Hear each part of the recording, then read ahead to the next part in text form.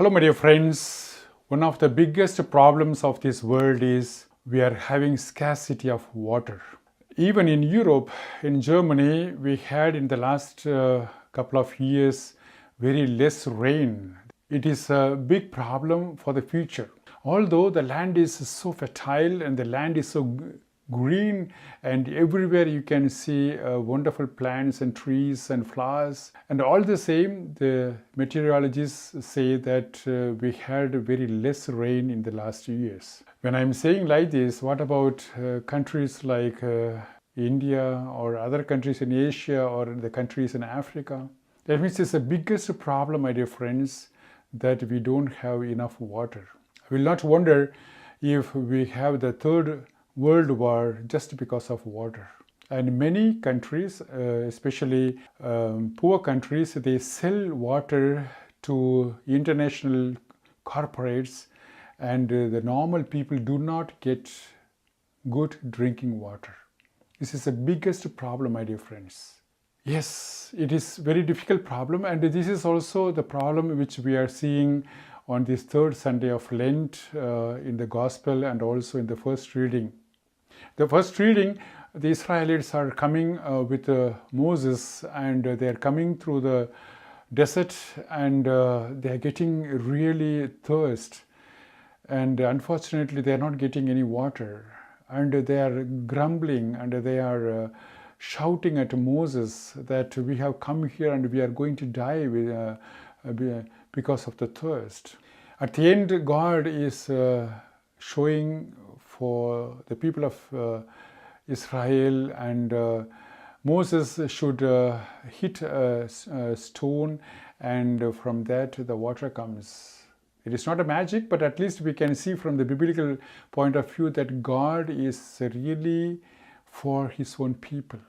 Something different, but at the same time downtrodden and deep, what we can see in the John's Gospel. Especially in the time of midday, it is very difficult. The sun is shining very much in Israel, and Jesus was a wandering preacher, and he is going about, and he is really thirsty, and he is coming to a very famous well, which is called the Jacob's well, which was actually built long ago, and he comes to drink water. And at this time, he is seeing very funnily a lady from a Samaritan tribe. Actually, the Samaritans and the Jews, they did not have a good relation. Actually, they had a good well, and one Jewish priest in the year 1928 demolished this well of Samaritans, and from that time they did not have good time with each other. Now Jesus is coming in the midday time, and it's also funny that a lady is there. Normally the ladies don't come in the midday time. But anyhow, as these two persons come together, they try to speak with each other. It's very interesting, my dear friends. Their whole conversation is not about water, not about the water exactly what is going to be drunk. On the contrary, there is another thirst, what is in this lady, and Jesus is finding out what she is having, and in the course of the dialogue, the lady is getting satisfied for her inner thirst. And at the end, she is going to the whole village, and she is saying that I have found Messias. That means we see, my dear friends, okay, we have a real problem of real water in this world, but at the same time people do have other thirsts. And for that, Jesus is giving a wonderful sentence, I am the life-giving water. If somebody is coming to me, will not go back with the thirst.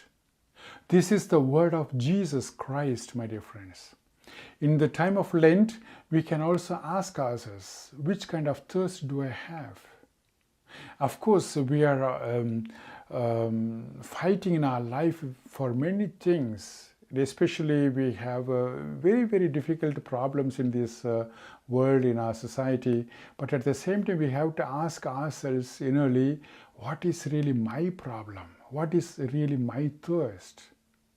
And for this thirst, whether you are a Christian or a Hindu or a Muslim or a Sikh or Buddhist, or you don't believe in anybody, you can really say, or you can really come to Jesus Christ, because He is the master of life. I wish all of us very much that this is understood, my dear friends. In all the ages, Jesus was a life-giving person for everyone. So let us go into the new week of Lent and wish us very much that we find Jesus, or we find satisfied for our thirst through Jesus. All the best to you. Bye-bye.